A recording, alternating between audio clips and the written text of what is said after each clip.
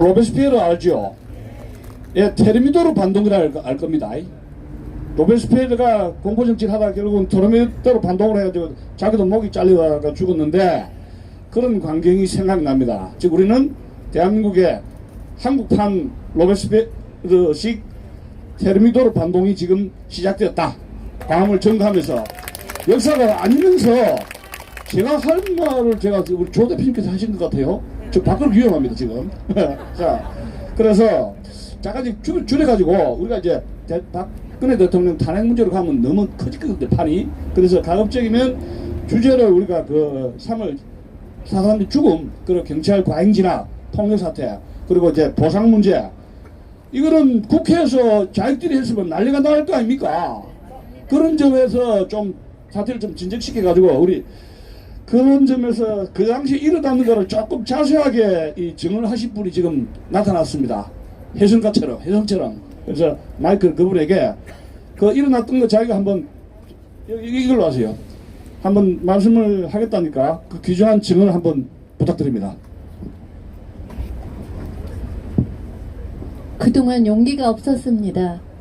이 자리에 와서 용기를 얻었습니다.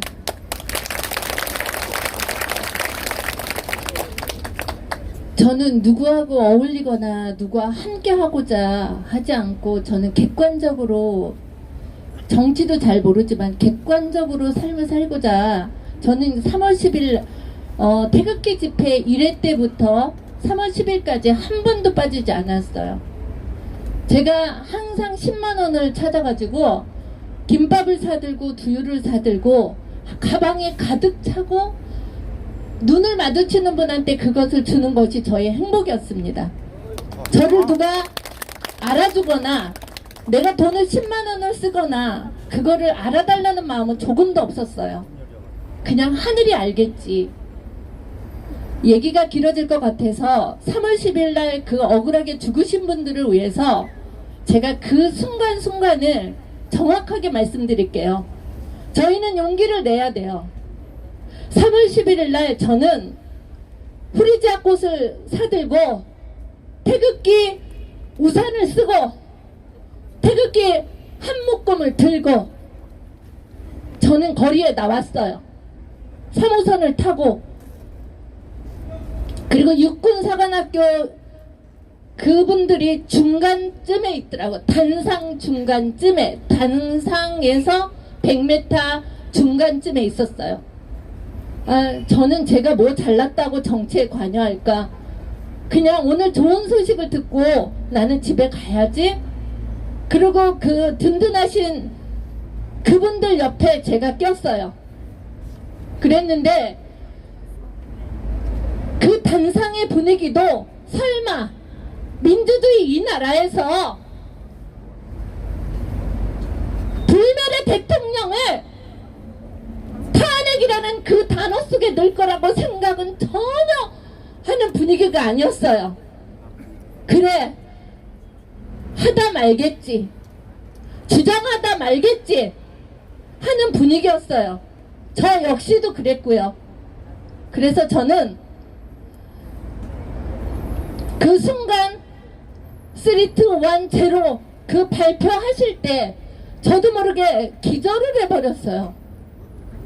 기절이라는 것도 태어나서 처음 해봤고, 제가 그 자리에 주저앉았을 때 그 애국가 제창 소리가 저한테 끝부분이 들리는 거예요. 아, 내가 기절을 했었구나.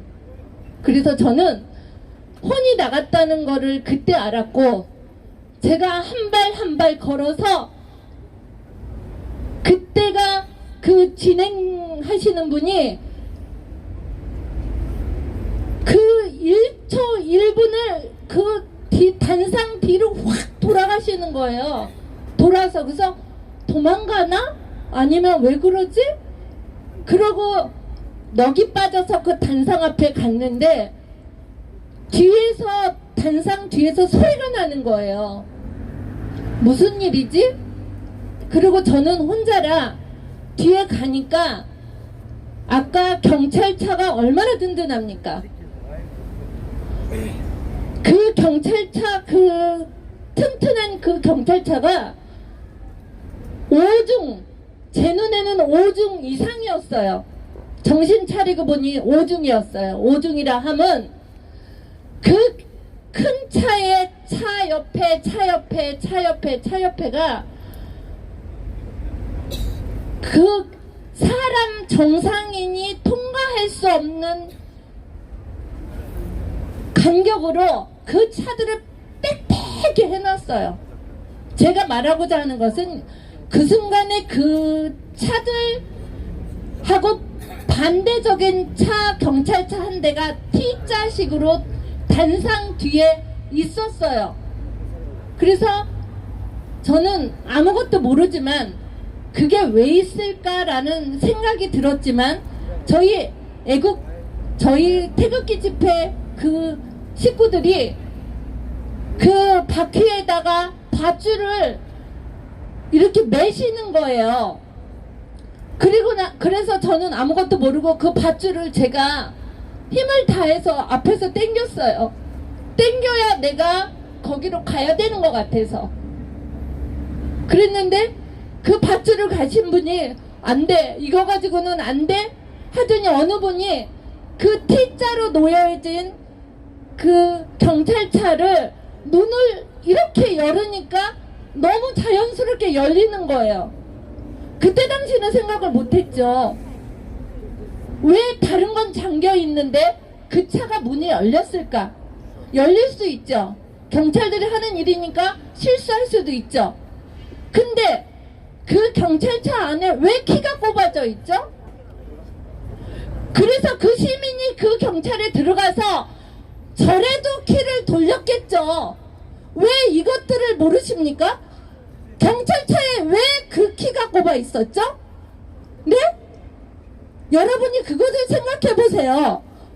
이 권력의 사유화됐다는 것을 저는 그때도 느꼈고 지금 이 순간도 느꼈습니다. 저는 이것이 왜 안 됐을까라는 분노가 제 가슴에 있어서 사실은 왜 이제 이렇게 합니까? 라고 저도 화났었지만 지금 와서 보니 엄청난 노력을 해서 지금의 결과를 낳았다는 존경스러운 마음을 가졌습니다. 그래서 그 T자에 그분이 차를 앞에 뒤로 5번을 열리라고 했는데 A차와 B차가 1m 간격으로 좁게 문이 열려 있어요. 저는 제가 제일 앞에 있었기 때문에 그 간격을 알아요. 근데 아까 조 의원님께서 말씀하셨더니 그 수많은 사람들이 그 1m의 좁은 공간으로 헌재로 갈 수 있습니까? 갈 수 없었어요. 그 앞에는 제 아들 나이하고 똑같은 아들들이 8중, 9중, 10중으로 그 철장 그 방파매기를 들고 제 가슴을 누르기 시작했어요. 너무나 내가 아들하고 싸워야 되나 하는 마음에 있었는데 그때 마치 제 또래 된 경찰복을 입은 분이 왜 우리 그 청소 걸레 있죠? 그 봉이 있죠? 그 봉을 들고 그 아들 같은 경찰 그 어깨를 밟고 서너 명이 그 위에 오르는 사람들을 막 찍는 거예요. 그러다 제 가슴을 찍었어요. 그 순간 제 갈비뼈가 부러지는데 이 숨을 쉴 수가 없었어요. 제가 그러고 나서 제가 제 나이 또래 된 그 경찰복을 입은 분한테 숨을 쉴 수가 없어서 눈으로 살려달라고 애원을 했어요. 제 가방은 다 흩어져서 찢어지고 제가 가지고 간 용품은 그 난도질이 치라고 그 옆에 할머니 할아버지들은 울고 불고 숨을 못 쉬고 젊은 저도 그렇게 아팠는데 그 연세 드신 분이 소리 지르고 저는 여기 안 나타나셨지요. 어떻게 나오는지를 몰라서 못 나왔을 거라 저는 믿습니다. 그분들이 못 나왔어요. 그래서 제가 살려달라고 했더니 그 경찰 그 어린아이들이 틈을 해서 제가 이렇게 어떤 분이 또 군복을 입고 저희 태국 그 집회하시는 분이 저를 이렇게 질질질 끌고 전봇대에 있는 곳으로 저를 데리고 가는 거예요. 근데 이렇게 그때도 기절해서 내가 죽는 순간에 제가 병원에 있었기 때문에 그 상황을 좀 알아요. 상식을 가지고 있었기 때문에. 근데 그 옆에 아까 제가 저기 본 태극 저기 시체의 그 빨간 피들이 제 옆에 있었어요. 그리고 2명이 제 옆에서 죽어 있었어요. 아, 제가 이 순간 나도 죽나 보다. 그래서 제가 그 전봇대를 이렇게 안았어요.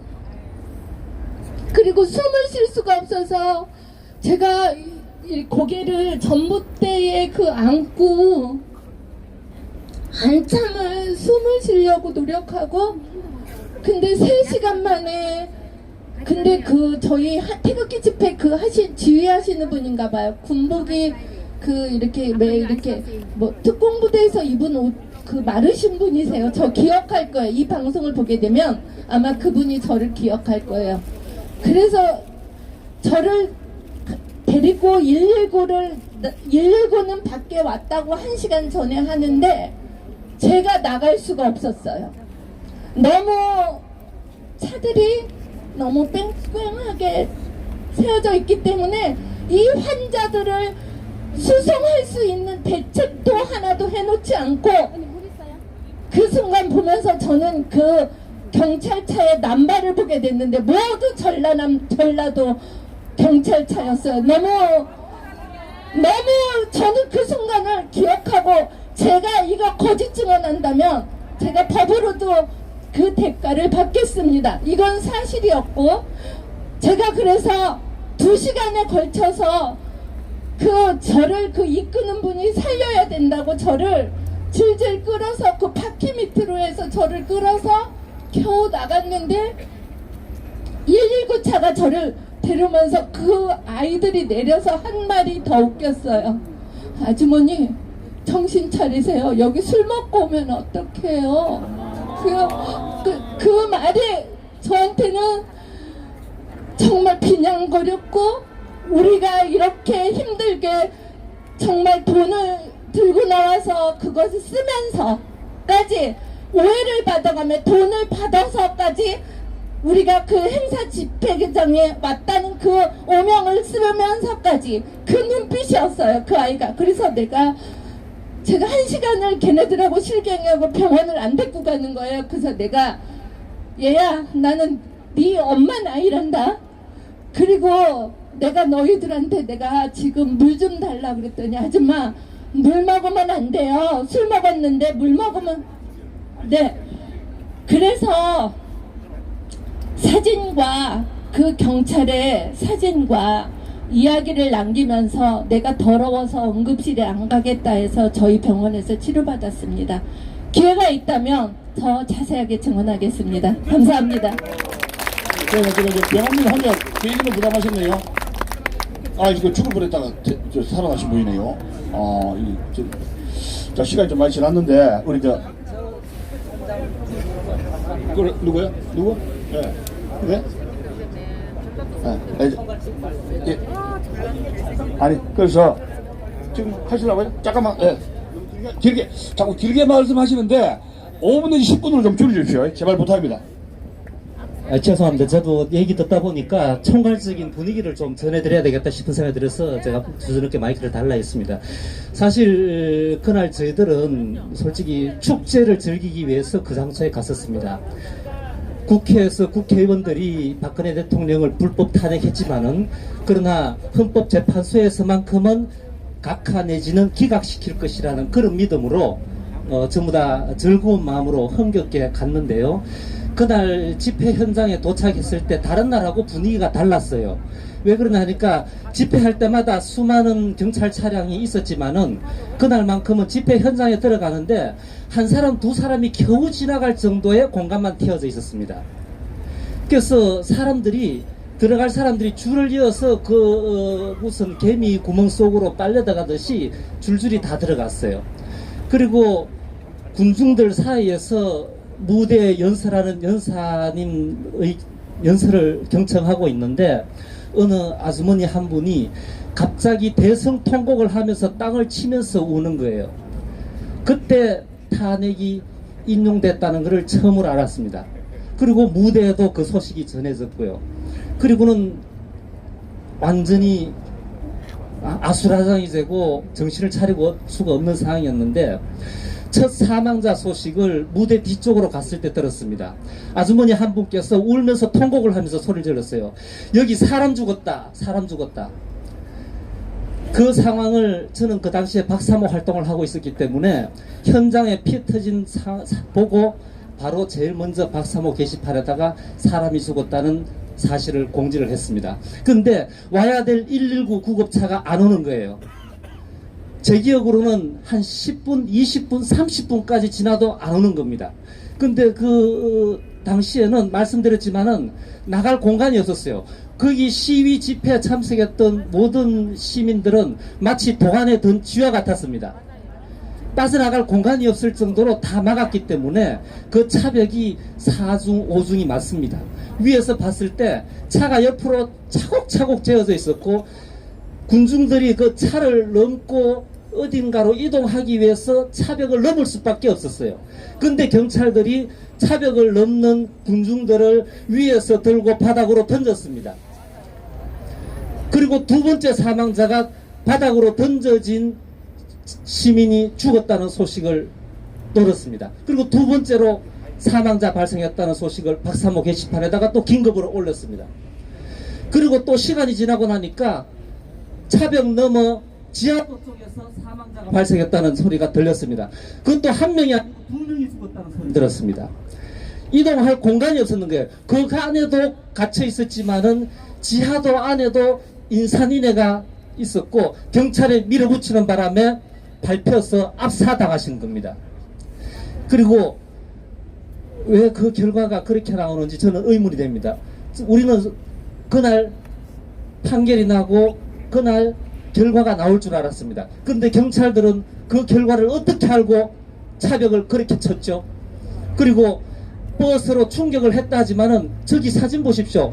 만약에 버스 충격에 의해서 그 대형 스피커가 떨어졌다면은 볼트가 넣다가 부러지거나 나사가 뭉글러져야 됩니다. 그러나 거기에는 나사산이 선명하게 살아 있습니다. 그리고 그 어떤 버스 안에는 시위용품이 엄청나게 쌓여져 있었어요. 좌석도 없이 각종 시위 도구가 엄청나게 쌓여있는 버스가 있었고 왜 거기에 버스에 차 키가 꽂혀 있었고 이런 것들이 우리가 밝혀야 될 상황입니다. 예.